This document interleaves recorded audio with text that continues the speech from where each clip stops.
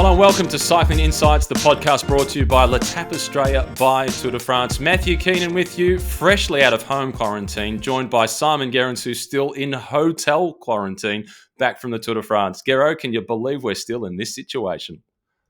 It's hard to believe, isn't it, Keno? But yeah, like you said, you're fresh out of quarantine and I'm still in quarantine. I've done nearly 2 weeks. I've got about 8 hours to go. So I'm released. I can get back home again, which I'm really looking forward to.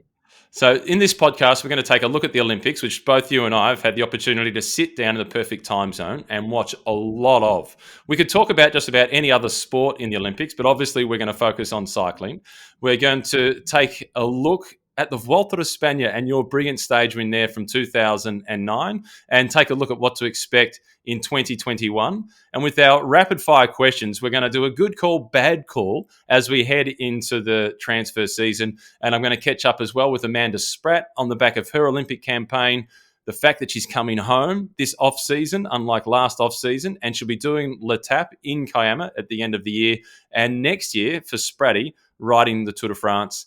And we're also going to see what we can come up with for our predictions, perhaps, for the Vuelta a Espana, if we dare to do so. But first up, the Tour, coming back from the Tour, just a brief wrap on it. I know it's behind us by some phase already. What were your highlights coming out of it? No, Matt, I think it's really important that we chat about the Tour de France because the Tour de France was a fantastic race this year. It was so good to be on the ground in France, following the race around, seeing the action, because there was not one dull stage in the 21 stages of the Tour. There was action every day. There were different stories unfolding. We saw some great winners. We saw some, disappointing losers, but all in all, I thought it was a brilliant Tour and a very worthy winner at the end of the day with Tadej Pogačar. And he won by more than 5 minutes, right? So most people are looking at that and they're thinking, oh, he's got this sewn up for the next few years. Nobody can possibly challenge him. But the fact that Roglic was missing, that changed the dynamic of the race. And look at how strong Jumbo-Visma were anyway. Bernal not being there, it would have been a fascinating race to see Egan Bernal there and Carapaz returning again next year with Ineos. Richie Porte said that that's his last Tour de France. And that four-prong attack from Ineos never really eventuated. That was over by stage 3.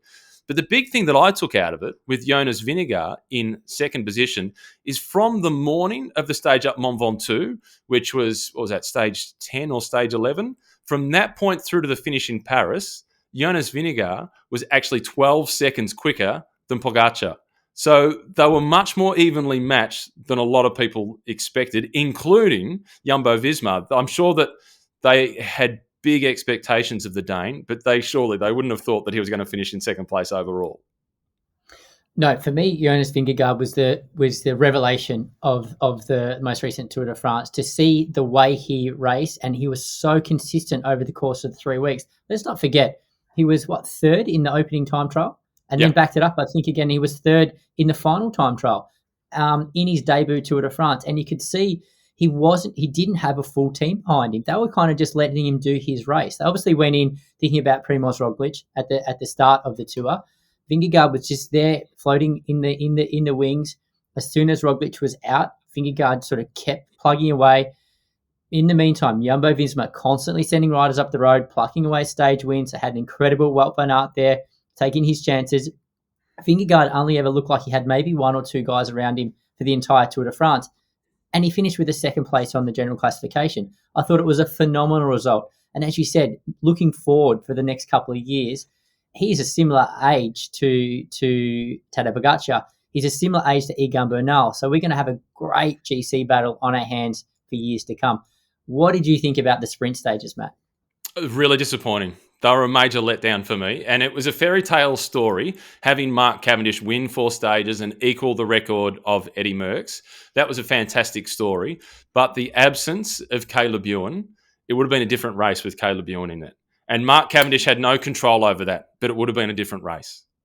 I couldn't agree with you more. I think it would have been a totally different race if Caleb Ewan didn't crash out on stage 3. I was so disappointed for him. He was looking good. He was winning the intermediate sprints with ease up until the point that he crashed. He looked like he was absolutely on his limit when he crashed. He made, a very, very rookie move, hitting the wheel in front of him, going into that sprint on stage 3. But like you said, Mark Cavendish is no match for Caleb Ewan these days. and it felt like that he got handed his stage wins. Don't get me wrong, he fought for them. He had the best lead-out team in the race, so he deserved to win those stages, but the competition wasn't quite there. Really interesting seeing some of the analysis of the sprint finishes. Mark Cavendish quite often didn't have the top speed in the sprints. It was the guys coming at him from behind, but his teammates, and particularly Michael Morkau, was able to deliver him so close to the line that all he had to do was keep going for a short period of time to clock up those stage wins. Great story, the fact that he equaled Merckx's record, but I love the fact that he didn't go past it because we have another chapter next year. Yeah, it's going to be a really big story leading into next year. And you made the point about Michael Mercu, and the most notable fact was the only sprint finish that Cavendish didn't win on the Champs-Élysées. He didn't have his lead-out man in front of him going through that last corner. Every other time Michael Mercu was in front of him, Cavendish won. And the Dane doesn't talk himself up, but he did say at one point that as long as my sprinter stays behind me and trusts me, they'll probably win. And I love that. It was dry, not boastful, just straight and factual. It was super factual, and you could see coming in that sprint up the Champs-Élysées with the finish line further up the Champs-Élysées, it got a bit hectic going through that last corner, and Cavendish, he slotted onto Wout van Aert's wheel. Morkau was beside him, and Morkau looked across to him. Cavendish stayed on Wout van Aert's wheel, and that's where he finished. He couldn't get out, and he couldn't win the stage. If he had switched across to try and get onto Morkau, maybe the result could have been different. Okay, the other big talking point, obviously with a very, very strong Australian bias, Ben O'Connor. How good was Ben O'Connor? So impressed with the way he rode. I thought his stage win up to 10 before the first rest day was fantastic. He made that front group on a grueling, wet, cold day, and he plugged away, dropped everybody around him, and rode away for a solo stage victory. Obviously, that moved him up to the second place on the general classification. I kind of thought, hey, this is a great result. Hopefully he can hang on to a top 10 here.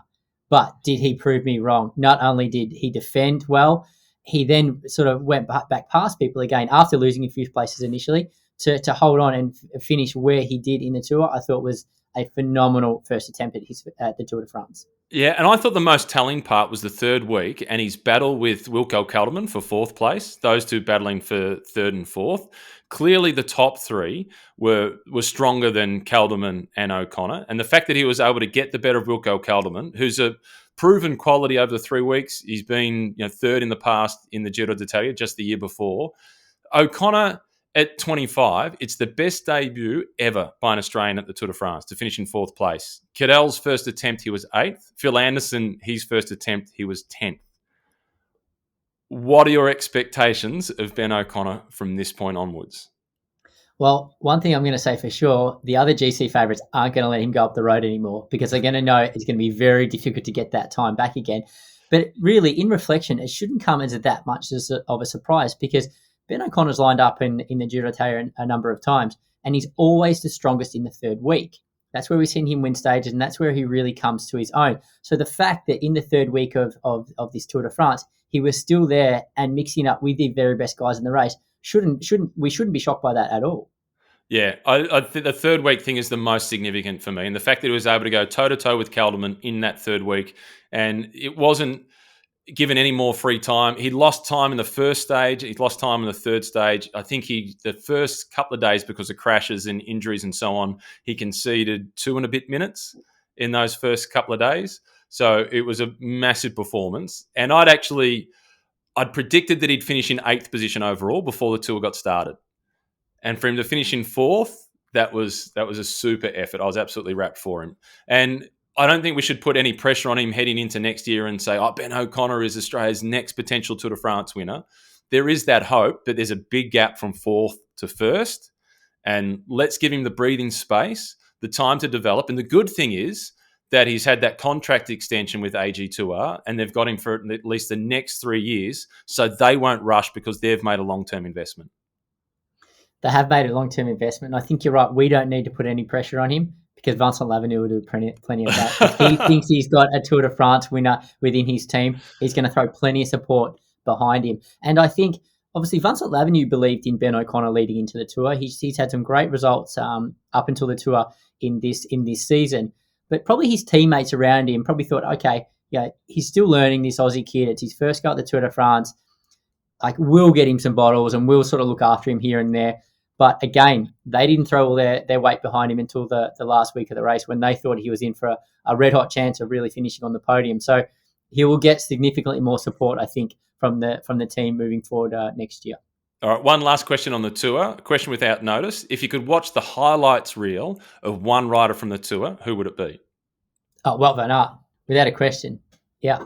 Okay, We're watching the same page. Fan of Wout van Aert. Yeah. No, he is such an impressive bike rider. I like the way he races. He's aggressive. He's so strong. He is so complete.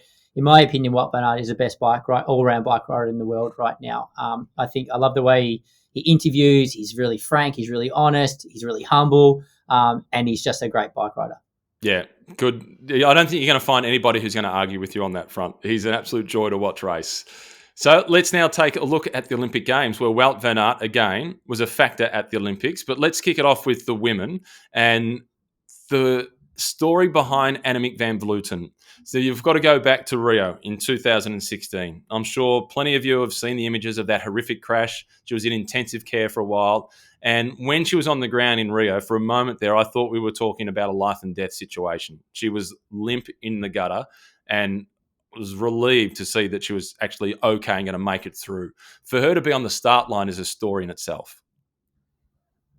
Yeah, Annemiek, I think, what a phenomenal athlete, what a phenomenal young lady, and just to see the consistency that she's been at since Rio, basically. She's been racing at such a high level for so long.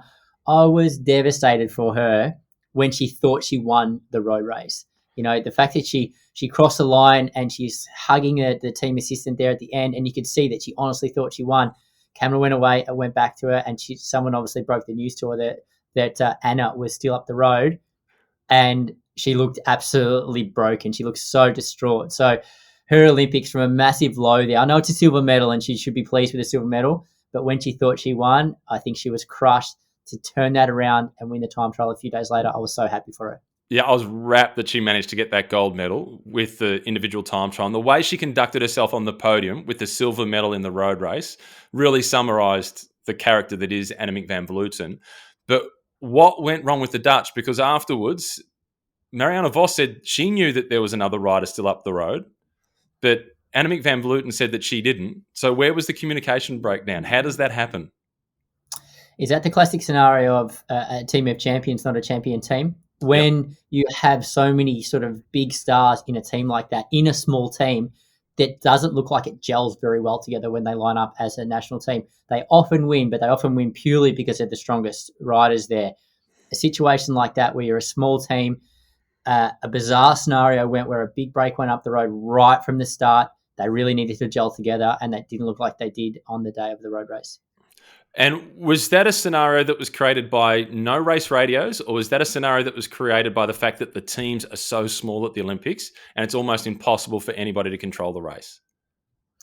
It's not a scenario that's created by the lack of race radios, because the riders don't also have a race radio at the World Championships where they line up as a national team. So that's not something they should be unfamiliar with. I think it was basically because when you're a small team, you can't afford to go in with everybody wanting to get a result. You do have to have a majority of the team that are there to commit to their team leaders. They shouldn't have let that break go so far up the road, and they wouldn't have had to do a huge amount of work to keep that break a little bit closer. Even if they put one rider on the front just to keep a bit of a tempo, even if they spoke with a couple of the other nations, said, okay, this break's dangerous, we don't want to let it go to 10 minutes. Let us just let it go out to 5 minutes, and we just need to keep a tempo. It's not a lot of work for one rider to do that, and you can do it with one rider. If they had got a bit more organised, if they had committed a little bit more to one or two leaders within the Dutch team, again, I think the result would have been very different. Yeah, and I think it was one of the great talking points of the Olympics was the women's road race. And the great element of it is that more people were talking about the women's road race than the men's road race. And it was a great advertisement for Anna Kiesenhofer, the way she went about winning. So I was sitting at home in home isolation and watching this race with my kids, and the breakaway goes up the road, and I had the reaction that probably most of the peloton had, and that a lot of people watching had, of that's the early breakaway. They probably think they don't have much of a chance of winning the race, so they're going to take that 1 in a million chance of breaking away and seeing what happens. Well, Anna clearly had a plan, because she's a little bit nervous within the peloton. She doesn't have a pro team that she rides with. She's got less experience in the pro peloton, and she'd probably waste a fair bit of energy in the peloton. So that 1% chance was her best chance, and she rolled that dice. Everybody else from the breakaway got caught, but she survived. It was phenomenal. An absolutely phenomenal ride, and it's great to see. And I think the riders now that get in those early breakaways, they're going to have that in the back of their mind, that glimmer of hope as, there's a chance this could work. But like you're going back with Anna there, she knew that she might have had a 1% chance of winning from the breakaway, but she had a 0% chance of winning if she just sat back in the bunch. Yeah. So that was her card to play. She played it, and it paid off for her. So I'm really happy for her. Yeah, and I love all her CV. I didn't know her before going into the race, and then you go through her academic CV, her professional career. It is mind-boggling. I mean, she just blows the scale with intellect, with PhD in mathematics and the work that she's doing. She's been to Cambridge University in Catalonia. She's phenomenal, and she's her own coach. She's done the heat simulation. She's incredible human being, and Olympic Games gold medalist as well. And that move. We're going to be called, you and I in commentary, when we see the early breakaway go, it's no longer going to be this person's trying to do the Thomas de Gent move or this is looking to do a Jens Vogt. They're going to be trying to do a Keusenhofer. That's what the early break is going to become. And rightly so. She deserves that from now on. She deserves plenty of recognition for that result. Fantastic ride. What's your take quite quickly on the men's race? So we're all talking about the women's race.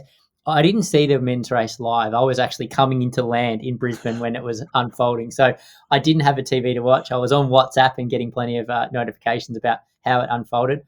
Great result by Richard Carapaz. I was really pleased for him to get the win there. But what was your analysis of the final 30 kilometres of the men's race? It was quite similar to the women's race in that in the women's race, most of the peloton were riding against the Dutch. They were all just watching the Dutch. In the men's race, pretty much everybody that was surviving was watching Wout van Aert. And it was a case of if we stick with him, then we're a chance to win. But you can't stay with Wout van Aert and then beat him in the sprint finish. He beat Mark Cavendish on the Champs-Élysées. So that was a really negative approach. And Pogacar almost beat him in the sprint for the silver medal. But hats off to Carapaz and Brandon McNulty. Sure, McNulty didn't hold on and get a medal. But when those two went away, they were, quiet. They didn't have teammates out in front. Certainly Carapaz didn't have any teammates to be there with him. And they just waited for their moment to pounce. Everybody else had kind of been attacking. And you know what Carapaz is like. He senses the moment, and he generally doesn't do the fake attack to then do the next attack. He's a guy that kind of attacks once. And when he goes all in. And that's how he won the Giro a couple of years ago. And we saw that mountaintop finish stage at the Tour de France that he didn't win, but he was sitting on the wheel of Pogacar and Vingegaard. He was, pulling the facial expressions. They knew that he was faking it, but he's all in. When he's got a strategy, he goes with it.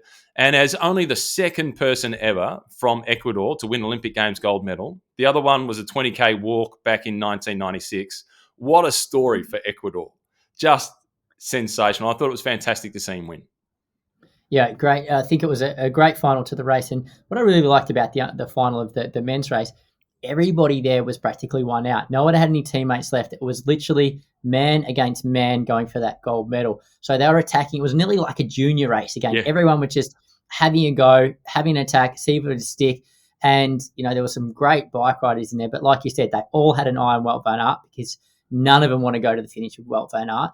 And they were just trying. And ultimately, like you said, the fact that Carapaz and McNulty there got that gap, and then Carapaz, who is a very, very canny bike rider, he was able to go with the strength to go all the way to the line. Great win.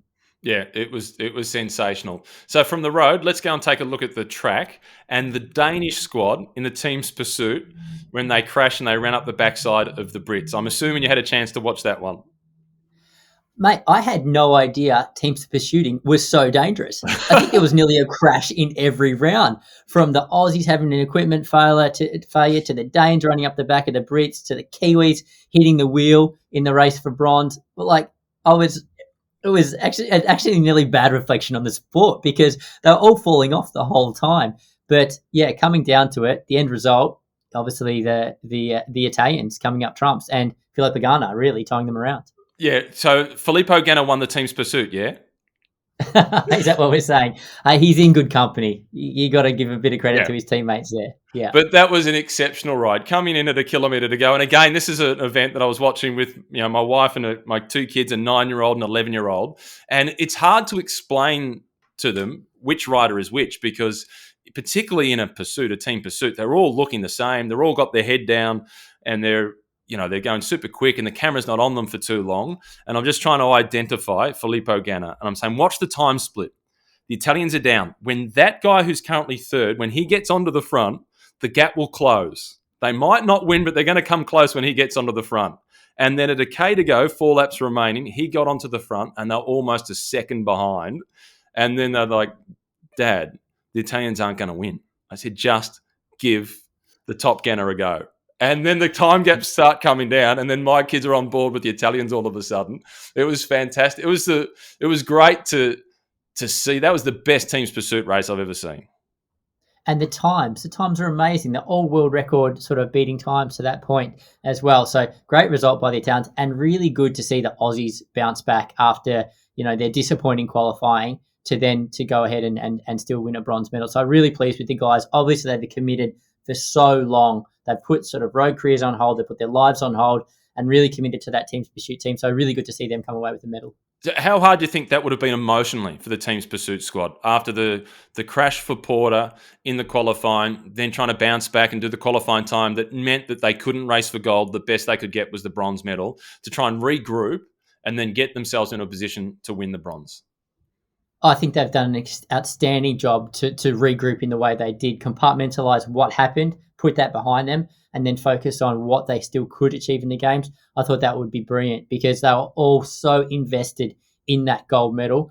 I'm going to say nearly more so than any other team in that race. There's so many other teams in that race, and the guys have road careers going on as well. They have other stuff happening. Not that Aussie team. That Aussie team were all about that one event. So for it to go wrong for them in the qualifying, I was gutted for them. I couldn't even imagine what they were going through at that point in time. So really good that they were able to just put that behind them and focus on the events that they still had to come. It'll be interesting to see what happens next for them. And just to digress ever so slightly, Luke Platt from that team has recently announced that he signed with Ineos. Yeah, I'm really pleased for Luke there. I was chatting to him quite a bit early on in the year, just through my association with the Inform racing team where he rides when he's racing in Australia. Talking through him about the sort of pros and cons of the different professional teams. He had his heart set on going to Ineos for a long time. So the fact that he's able to sign and announce that contract, now he's able to sort of really probably put his track career on the back burners and really focus on the road for the next couple of years. I'm really looking forward to what he will achieve on the road. And I imagine a lot of people will be thinking he's gone to Ineos because they've offered him the biggest contract. The strong rumours that I've heard from a pretty good source indicate that they actually weren't the team that came to the table with the biggest monetary sum. And he's gone with the team that's offered him the best long-term development as opposed to chasing the cash. Yeah, and that's what I encouraged him to follow. I said, don't think about the dollar value beside this first contract. Think about the team that's going to develop you as a bike rider. You've got a lot of years in front of you to make money as a road professional. Make sure you're going to find a team that's going to get the best out of you, not the team that's going to pay the most in your first contract and expect you to perform at the highest level and justify that dollar right from the start. So he's gone with the long-term view, and I'm happy that he has. I think it's a good decision. So from the track to the mountain bikes and more crashes, Mathieu van der Poel. All the hype. I was excited. I was looking forward to watching him in action. Obviously, on the back of the Tour de France performance, the yellow jersey, abandoning that early to head across to Tokyo and then crashing so early in the race. What heartbreak. Yeah, heartbreak for him. And to see the way he crashed, he was the only guy who crashed on that section of the mountain bike course. And everyone was looking at it like, well, how did he crash there when no one else was crashing? And then in his post-race interviews, he said in the reconnaissance of the track, he could do it with his eyes closed. There was a ramp down where he was going, and he was expecting that ramp to be down there. But it didn't look like anyone else was expecting that. So where was the miscommunication when it came to that part of the course? So devastated for Van der Poel there. Thrilled for Tom Pidcock. I was going for Tom Pidcock. I've sort of met Tom a few years ago when he was sort of, part of the Tom Pidcock racing and doing his cyclocross and that sort of thing. Great young guy, and he's really going from strength to strength. What's his future on the road? Obviously, he's with Ineos, and what I took from watching him, I've watched him a little bit, but that's the most I've really watched him and been invested in watching him race. his lactic tolerance or his ability to clear lactic acid from his system must be through the roof, because he was full gas, accelerating away from the best in the world, somehow recuperate on the technical sections, which are stressful and physically demanding, and then full throttle again. It was insane.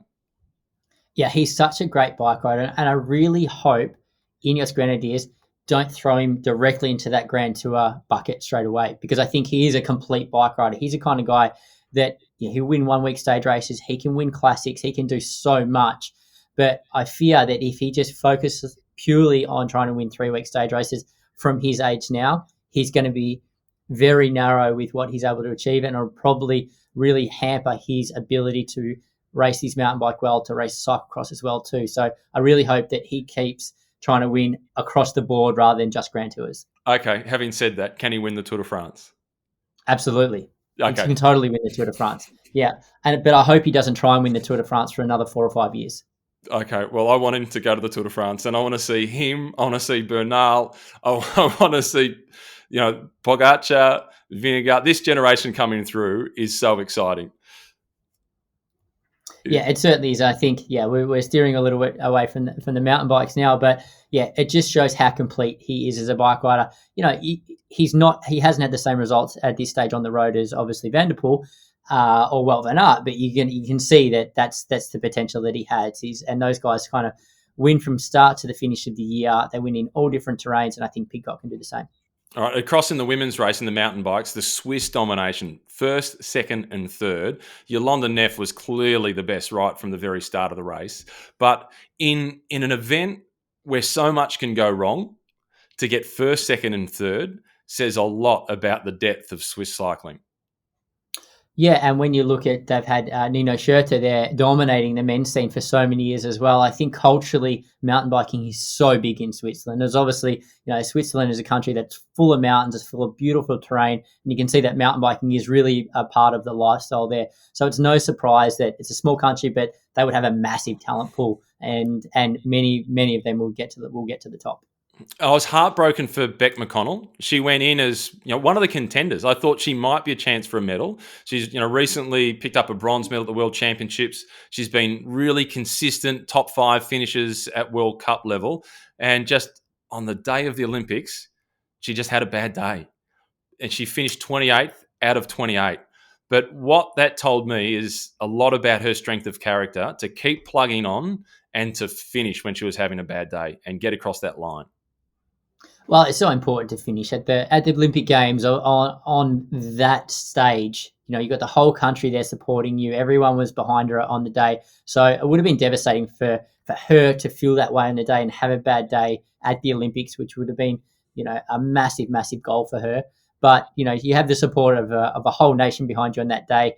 So as a rider, you always want to try and finish. And one thing that I always say, to finish first you got to finish. So she knows how to get to the end of these races, and it's great that she just toughed it out and got to the end. Yeah, she posted on her Instagram account afterwards a picture of her bike lying on the ground with the race number still on it and saying sorry, apologising, that she'd let the country down, and she hadn't at all. It was actually a heartbreaking post to read, and it was heartwarming to read all the responses. And there were plenty of responses from a lot of the women that she races against, particularly some of the more experienced ones who were in the games, and saying that she hasn't let anyone down at all, and she'd done her country proud. It was really nice to see social media in a positive sense in the way people responded to support Beck in what was clearly a super tough time for her, and then to know that she has to come home and do hotel quarantine on the back of a disappointing Olympic campaign for her.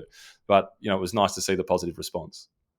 That is great to see. And another thing that I was very adamant about is no one puts any more pressure on the athletes than the pressure that athletes actually put on themselves. And, you're going to got to put that aside when you're an athlete, thinking that everyone's hoping for you here. If the results unexpected, like not what you hope for, as long as you're out there and you give it your all, that's all anyone's going to expect. All right, the big talking point after Olympic Games is the distribution of funding for the high performance program. Where should it go? In the last 2 Olympic campaigns, there's been a really high focus on the track cycling at the expense of road, mountain bike, BMX. They haven't had an equal portion of the funding because there's not as many medals available.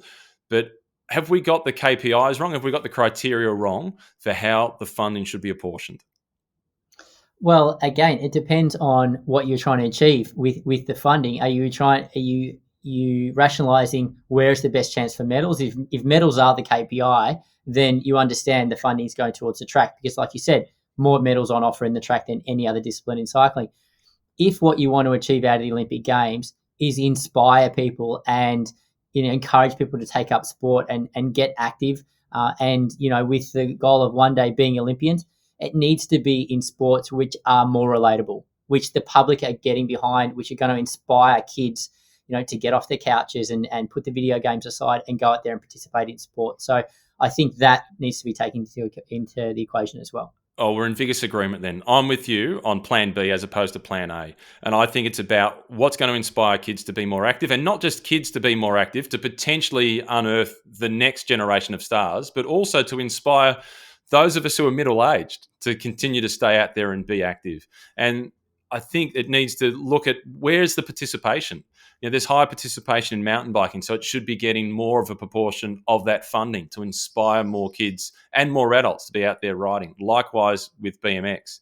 And this is not, I'd love track cycling to continue to get the same amount of funding and get more for those other sports, but there's not an infinite bucket of money. So I just think it needs to be shared more equally across the other disciplines within cycling and look at what is going to grow participation.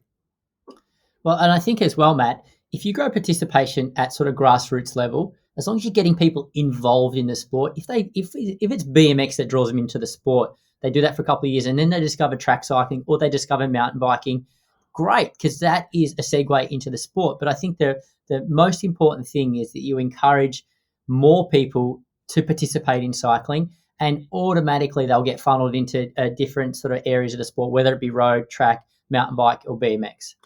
And now the biggest cycling star coming out of the Olympics, Logan Martin, freestyle BMX, hasn't actually had that much funding support at all by comparison to the track program. He's had a little bit, but not much by comparison to others. No, and I guess he's an accomplished BMX. I think or freestyle BMX. He won the world titles leading into the Olympic Games. From my understanding, I don't claim to know a lot about freestyle BMX, but again, great character. You saw him a lot in the media after his gold medal performance, and and I think we're going to see a lot more kids down the skate park on their BMXs after that. We sure will. Cycling Insights is brought to you by L'Etape Australia by Tour de France. L'Etape Australia is the only Tour de France event in Australia and provides riders of all levels with the thrill of riding on fully closed roads, just like at the Tour. I've been part of the event since the first one in 2016, and it's always one of the highlights of my season, just after the Tour itself. Join me in Kiama later on this year to experience the Tour de France atmosphere right here in Australia. For more information, visit letapeaustralia.com. It's LETAPE Australia.com. It's now time for our chat with Spratty, and Amanda's just back in Europe on the back of the Olympic Games, and no doubt she's looking forward to returning to Australia for L'Etape Australia by Tour de France. Here she is. We now have our regular chat with Sprat. It's a chat with Spratty, and Amanda, it wasn't the Olympic campaign that you expected, and there was a lot of work that went into it. It must have been hard to deal with it post the Olympic road race when things didn't go according to plan. Yeah, definitely. It hasn't been the easiest time the last couple of weeks. I think, yeah, I've been quite vocal and everyone knows it was a huge goal of mine and not the day that I wanted to have. So, yeah, it's been quite hard to deal with that and move on. But I think times like this, I'm quite grateful to the support team around me and also to be in a sport like road cycling where we have a lot of races coming up to look forward to as well. But I mean, yeah, I have to always remember how much of an honor as well it is to represent the green and gold in the Olympics, and so many people dream of that as well. So that's also not lost on me in really appreciating that, and also to see some of the strong performances from my own teammates, especially Grace in the time trial, Grace and Sarah really, Tiff in the road race, and then Rowan with that medal in the time trial. So a lot of inspiring performances to appreciate as well. It's fascinating as an observer from the outside who's never had the privilege or the capability to go to the Olympic Games as a competitor. and to see people's responses when they're disappointed in themselves. And one of them was Beck McConnell in the mountain bikes, who I thought was a genuine medal chance. And she'd shown that, like you, at the past couple of World Championships. And she posted afterwards, she finished 28th, and there were 28 finishes. And she posted just a picture of her bike lying on the ground and basically saying sorry. She had nothing to be sorry about. She had a bad day, and it said, I thought, a lot about her character, the fact that she pressed on. And I think that sometimes the fact that the Olympics only come around every 4 years adds this degree of focus and pressure that is beyond the normal circumstances of even World Championships. Yeah, I think so, definitely. And yeah, I also saw Beck's post and could really actually relate to it as well and felt for her. And I know I had all those feelings too of disappointment and embarrassment of letting people down. And I think, like you said, it's every 4 years or 5 years in this time. But also, it's if I have a bad race in Belgium, one race, then people say, "Oh, that's just a bad day" or something. But when you have a bad day and it's on the day of the Olympics, then so many more people are watching that, and all your friends and family and people that wouldn't get up and watch a little Belgium classic or a stage of the Giro or something like this. So it does have that bigger element of the whole world is watching, and you really feel like you're also that when you represent the green and gold, you always want to have your best day ever. So, how do you bounce back from that disappointment? What's your strategy? Yeah, I think for me, I've had to have those days of just feeling, not great, and I can go into sort of hermit phase and try not to talk to anyone. So I've really forced myself to stay connected and really talk to people. And I have some great support around with my family, partner, sports psych coach, our medical team as well. So I've had some really good support around me. But I'm grateful, as I said before, that there are more races coming up and we're not a sport where we're only focused on one race every 4 years, which I'm really grateful for. And there's some really beautiful races coming up even this season as well. So more just allowing myself to feel like that and then sort of moving on and getting excited for what's next. Before we get to those races, what's coming next this year? And I want to talk to you about the Tour de France next year, which I'm really looking forward to. What about that road race and Anna Kiesenhofer taking the victory? Despite, I was watching with my kids and trying to explain to them the early breakaway, the odds of them surviving, they're 1,000,000 to 1. And most people in the peloton will be thinking, go and enjoy your time in the television. We'll catch you with a lap to go, and we're the ones who will be collecting the medals. She was brilliant. Yeah, I think impressive is the only word. I think we were the same in the peloton. We saw the early break go, and we thought, okay, perfect. Pretty good nations, no huge names. None of the big pre-race favorites. We're pretty comfortable with that. And then it just, the minutes went out, and it's pretty. You don't really hear ever of a breakaway getting 10 minutes in any women's road race. So that was already a huge one. And I think it was a really interesting dynamic from behind. I think the Dutch really didn't want to commit anyone at all.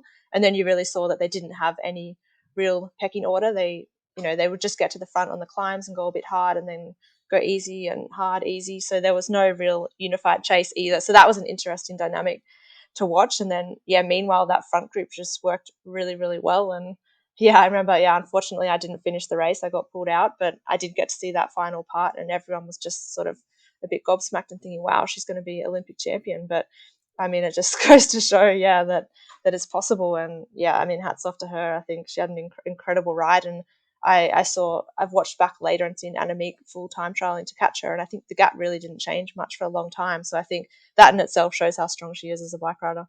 Yeah, I think that was the biggest endorsement of her performance. The fact that Annemiek couldn't take much time off her. And she's been the number one at that sort of performance for the last 5 years, really, since her horrible crash in Rio.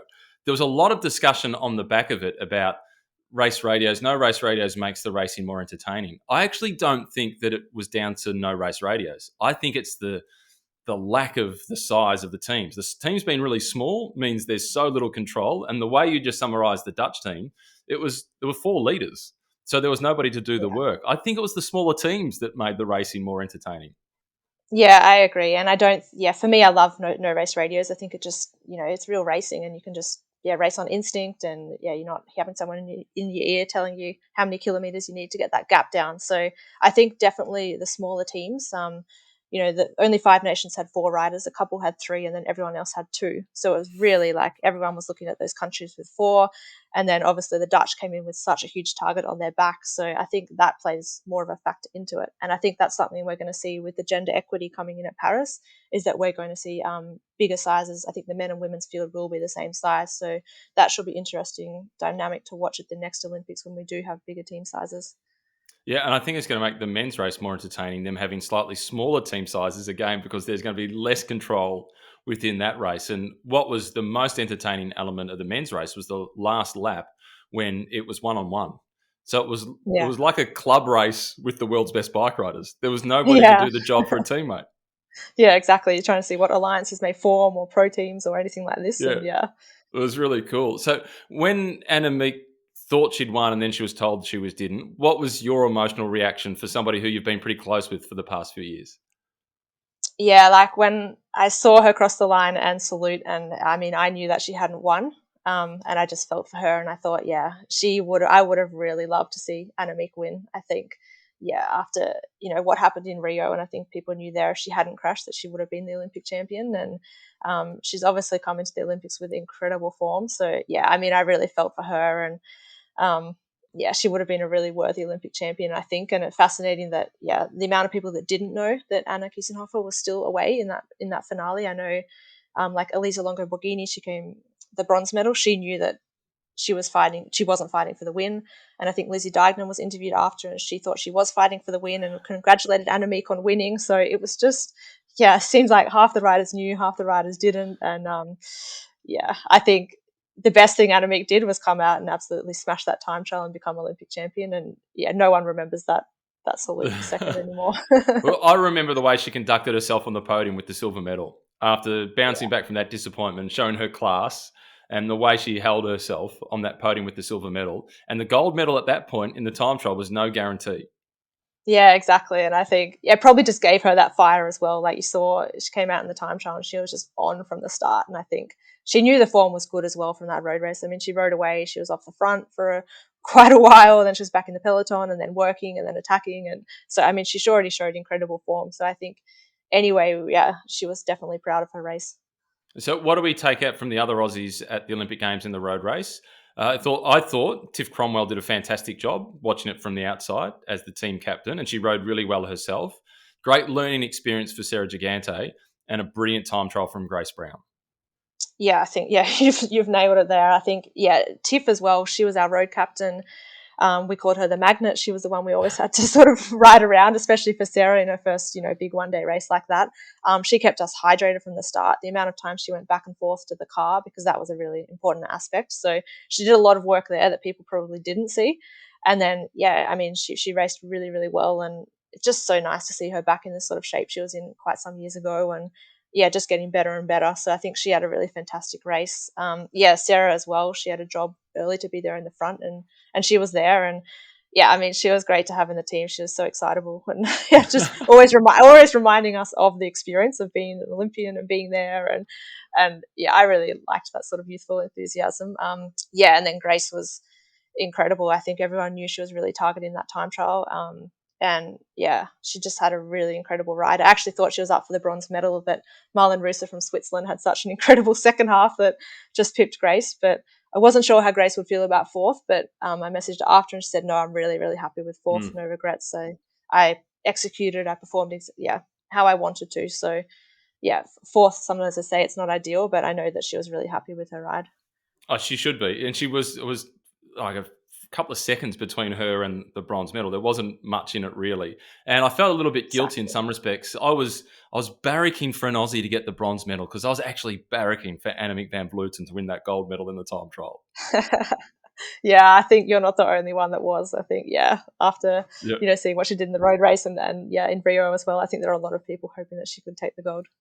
So hopefully as an Aussie I can be forgiven for that. So what comes next this season for you? So I've got a little bit of a break now, and then from September it'll be pretty full gas. So we've got the women's Vuelta, which this year is a 4-day race in a very different region of Spain. It's quite hilly. And then straight off the back of that, I have a 7-day tour in France in the Ardèche region. Again, a very hilly tour. And then yeah, hopefully the World Championships in Belgium, I think, yeah, we could have a really strong chance there with riders like Grace Brown, Sarah Roy. So that would be really exciting to be a part of. And then some one-day races in Italy to finish the season. And then, yep, I'm coming back to Australia, so very, very excited about that. And we're going to see you in Kiama. Yeah, in Kiama. So it's just been announced I'll be the ambassador again this year. So I'm really excited about that. I think Kiama's been waiting for me to return. Still haven't managed to have that edition. So yeah, I mean, I know there are all the COVID lockdowns at the moment, and really feeling for everyone in Australia. But yeah, hopeful that it will go ahead, and really excited to be a part of it again. Well, after you and I did the recon ride, now it's 2 years ago, pretty much, Yeah. since we did that recon ride. I've organised it so I won't be able to do the ride when you're there in Kiama this year. I'll just be on the microphone. So there's no evidence of how much you'll be able to leave me behind on the climbs. It's just strategically worked out. We need to change that, I think. Okay, very good. So, but next year, it's a big year next year because we've got the Tour de France. How much are you looking forward to that? It's an 8-stage race. The course hasn't been announced yet, but that must be a huge talking point within the peloton. Yeah, so excited about that. It's already, I think there's quite a few riders that have already said, okay, that's our target. It's something that we've dreamt of for our whole career. Like, everyone knows what the Tour de France is, and to be able to say we finally have it is exciting. And yeah, 8 stages. So yeah, there's of course always rumors about how it's going to look, and we know it will start with Paris on the first day, and then there's a theory they could just copy the Paris-Nice course of the men, or do kind of 8 days like that. But yeah, really excited. It's a target, and yeah, I think everyone in the peloton just hopes they make a fair tour with a mix of mountain, punchy stages, a time trial, flat stages, to make it a real proper Tour de France. So that's the hope of everyone, and definitely a big goal of mine. I like the rumor about the Paris-Nice format. That is one of my favourite races coming at the start of the year. It's a beautiful course. It gives sprinters opportunities. There's a right amount of climbing. There's a little bit of time trialing in it. I think that's a fantastic format. It'll be a great race. There you go. We should start a petition for that. I think I'd be behind that too. And finish in Nice. Not too bad. Yeah. Perfect. And then you have your sort of mid-season break there. Just Done. hang on in Nice for a week. All right. Well, I'll hang up the phone now and I'll send ASO an email. We'll get that organised. Cool. Brilliant. Thanks. That'd be great. All right, Spready. Well, I can't wait to see you in Kiama, but we'll be chatting before then anyway. Perfect. Thanks, Matt. Well, from the chat with Spratty, we're now going to take a look at a little bit of history. And Gero, it's your history at La Vuelta a España before we preview the race just briefly for 2021. And I had the pleasure of commentating on this win in 2009. You were in a select group that came to the finish in Murcia. I won't spoil it. You take us through the last 20 Ks or so in summary of that stage that you won. Oh, that's right, Matt. Back in 2009, feels like a lifetime ago now. It didn't start out a very select group. There was a big group of riders who managed to break away from the peloton quite early on in the stage that started in Alicante, finished in Murcia. And I think there were 20 odd something, maybe 22 riders, 25 riders or something like that that went away in the first breakaway of the day, or the early break. We got a good gap from the peloton. Behind it was Team Movistar, defending the jersey of Alejandro Valverde. So they were happy for a group to go away. It was finishing in Alejandro Valverde's hometown of Murcia. So he was obviously really focused on just carrying that yellow jersey or the leader's jersey into his hometown. Wasn't too concerned about the stage win itself. They let the group go away. There were a couple of very selective little climbs towards the end of the stage where the winning move was made. Couple of attacks, and it was actually Linus Gerdemann that went over the top of the final climb, which finished, I think it was inside the last sort of 15 kilometres of the stage. Gerdemann off the front on his own had a very small advantage over a chase group containing myself, Heidel, Vinokurov, and Fuglsang. So 4 of us chasing behind. Linus Gerdemann pushing too hard out front. He crashed on a corner where he was just off the front of us. So the 4 of us made it down the descent safely, and the game of cat and mouse started running into the finish line. There was an attack after attack. I was confident in my sprint. I was confident in my form. I had a good run of results leading into that Vuelta. So I followed, I laid off a little bit and made sure that the 4 of us sort of come to that final sprint together. Did what I had to do, and I wrapped up a 4-man sprint to take my first and my one and only stage win in the Vuelta.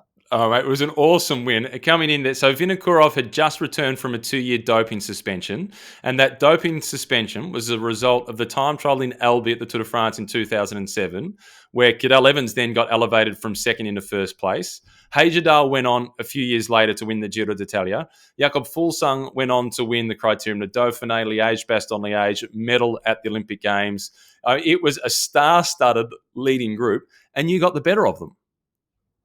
Yeah, I got the better of them on the day there, and I think for myself, Heidel and Fuglsang, our careers were just really getting started. We obviously went on to sort of bigger and better things from that, and we were racing against Alexander Vinokurov, who'd been around for a number of years.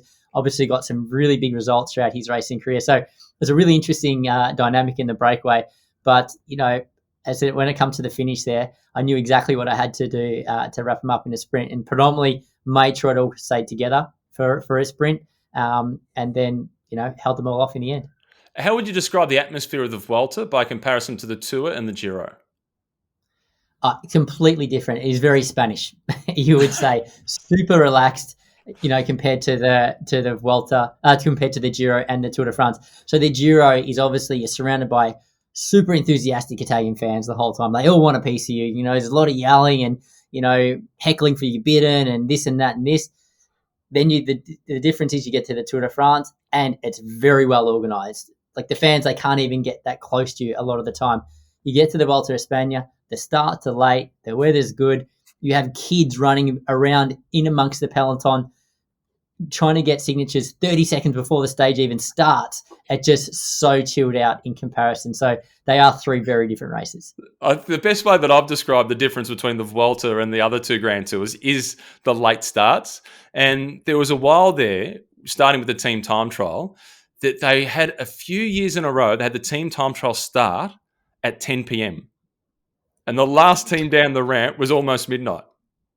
I do remember that. One of the Vuelta Españas that I lined up in, the start was right down south somewhere. It was so hot, and our start time was something like 10:30 at night.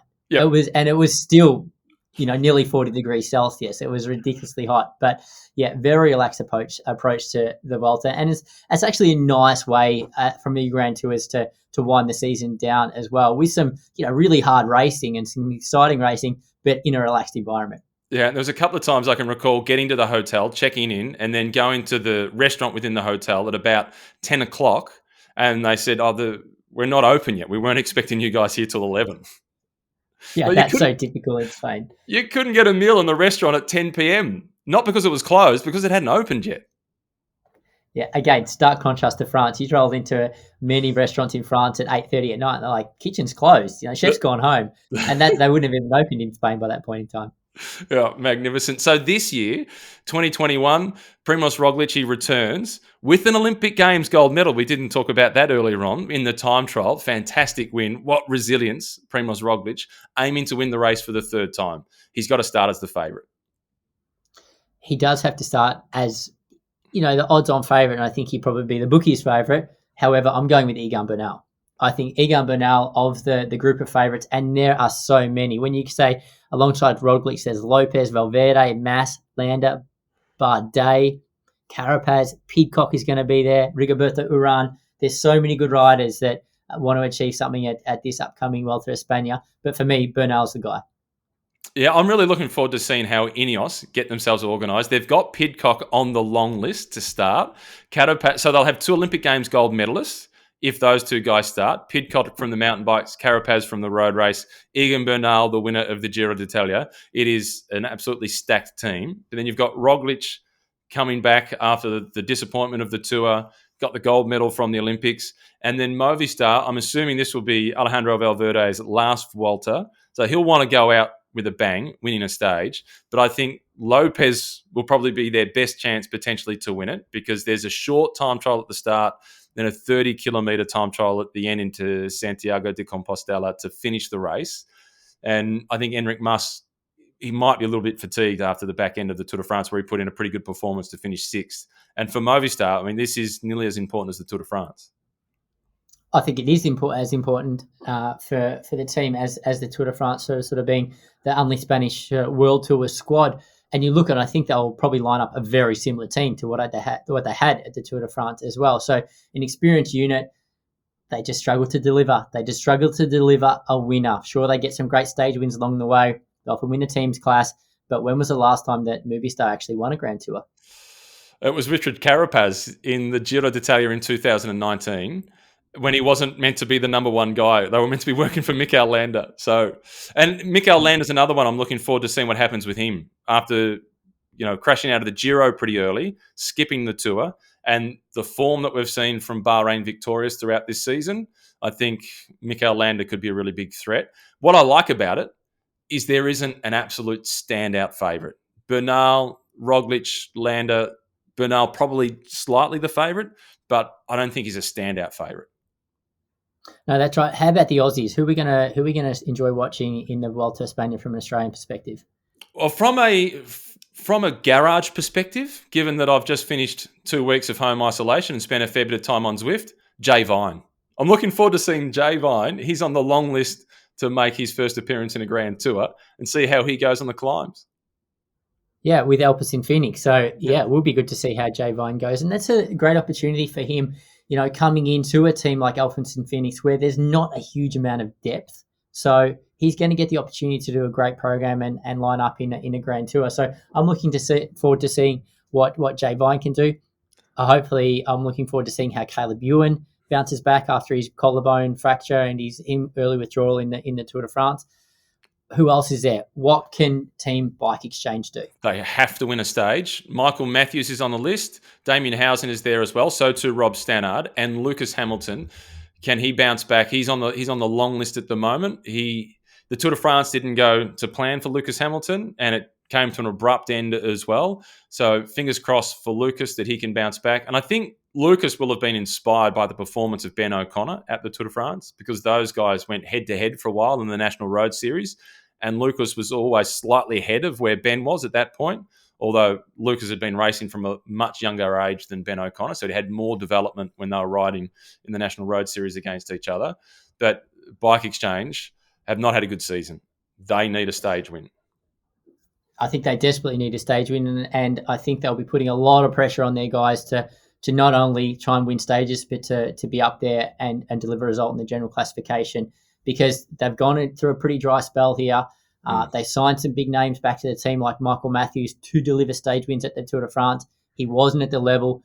He's going to be back here at the Vuelta. So, I think the pressure will be on the Bike Exchange boys. Yeah, they had a good Giro with Simon Yates, admittedly, but that's the only shining light in the season for them so far, really.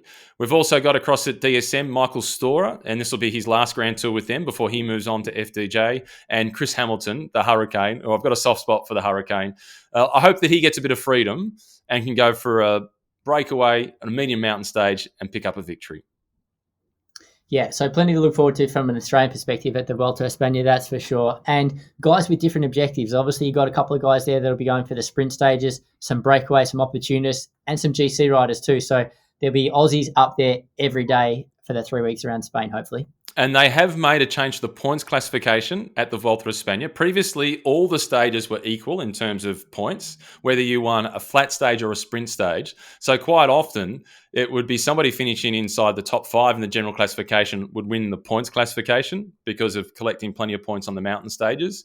But now they've weighted it towards the sprinters. So as the flat stages are worth 50 points for the win and the time trials are 20, medium mountain stages 30, mountaintop finishes 20. So it should be an actual sprinter who wins the points classification. I remember in 2011, I think it was Volker Mollema finished in 3rd place overall, and he won the points classification.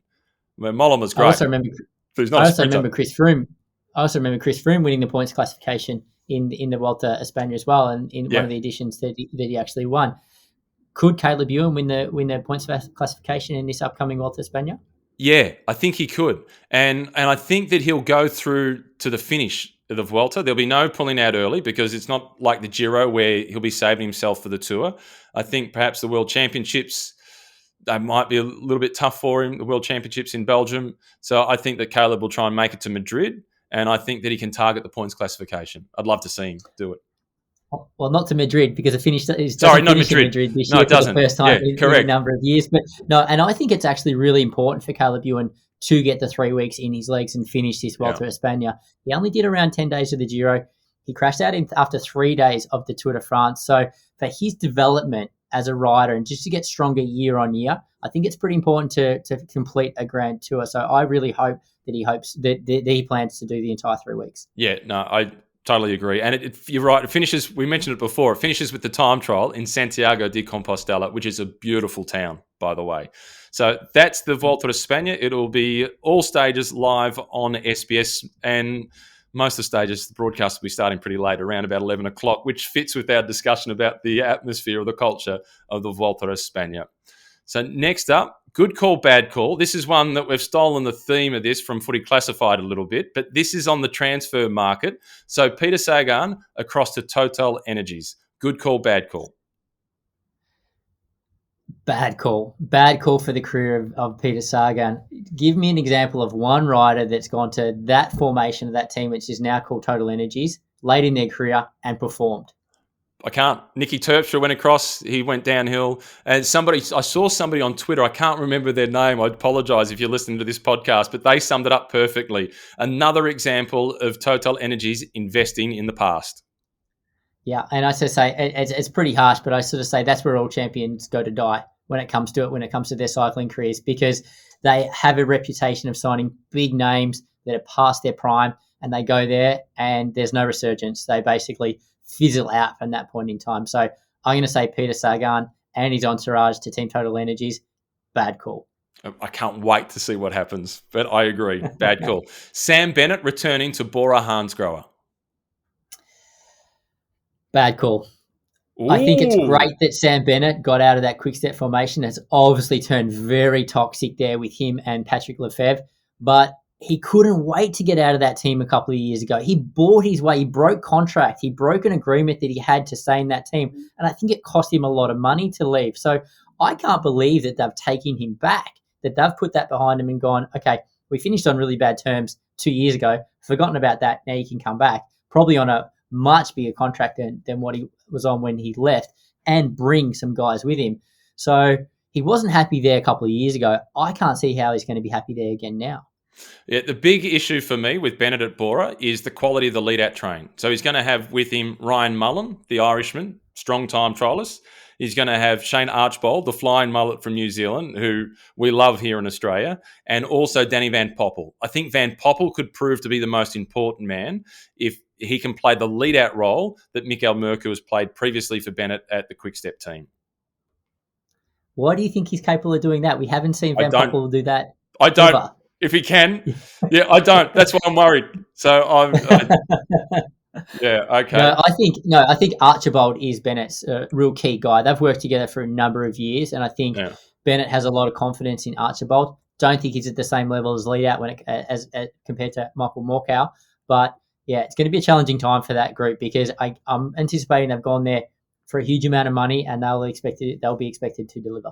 Okay, another one at that team, Jai Hindley, from his whole career so far at DSM, formerly known as Sunweb. Hindley goes to Bora Hansgrohe. Good call or bad call for Jai? Again, I'm not a big fan of the Bora Hansgrohe team. Quite simply, it's why? I don't think they've delivered apart from Peter Sagan in that team. I don't feel like they deliver a huge amount. Obviously, they got Shackman there. He's been performing well in the GC events, won Paris-Nice, that sort of thing. But I don't really feel like they deliver a huge amount of results. Culturally, they're not a team that really looks like they gel together too. It's very Germanic in their approach. They are very controlling, what it seems like, of their riders. I would have loved to see Jai go to a team like Trek Segafredo, for example, where it's a team, it seems like it's a really upbeat culture. The culture at Bora Hansgrohe doesn't seem like it's that way. So I'm sure Jai would have signed a really nice contract there, and I think they will have his future in mind, and I think they'll align him nicely with Wilco Kelderman because they raced together in the past. So hopefully the two of them will continue to build upon what they've created in the past and perform well, but I don't think it's a great signing. I think that team is going to be better for the departure of Peter Sagan, and I think that it's going to work for Jai Hindley for one of the reasons you just mentioned, him coming back together with Wilco Kelderman. They clearly worked really well together at Sunweb when they got second and third at the Giro d'Italia. I think this is going to work for Jai. I reckon that I really hope for him. Bora is on the rise, and they're coming together better as a team without that big number one star that the world revolves around. And I thought they performed well at the Tour this year. They picked up 2 stage victories, and they managed to get Kelderman into 5th place. Okay, let's hope so. I really hope for Jai because I think he's a fantastic young guy. He's shown what his ability at the Giro last year. So I really hope he can take his career to that next level and snag a Grand Tour win. Okay, Esteban Chavez to EF for Education Nippo. I think it's good for Esteban. I think this is probably the change that he needs. He's going to be back around some Colombian riders again. Rigoberto Urán there. They've always had Colombian riders, or for the past few years, they've had Colombian riders in that team. They're a team, they look like they have a lot of fun. They're really gelling behind. They look like they're really working well together on the road. Watching them at this year's Tour de France, obviously Rigoberto Urán really faded in the final week of the race, but the way they rode around him, the way they protected him in the crosswind, they gave him every opportunity. So they're a team that I feel are racing really well, and they're a team that often turn things around for riders as well. Riders will go there off 1 or 2 bad years. I'm sure Jonathan Vaughters is snapping him up on a great deal, and they turn things around and they perform. So I think this is a good thing for Esteban Chavez. Yeah, totally agree. And I think for Esteban, hanging out with Rigoberto Urán can only be a good thing. One that we've alluded to already, another Western Australian, Michael Storer, also leaving DSM and going across to Groupama FDJ, a team that has a long history with Australian riders going back to Brad McGee.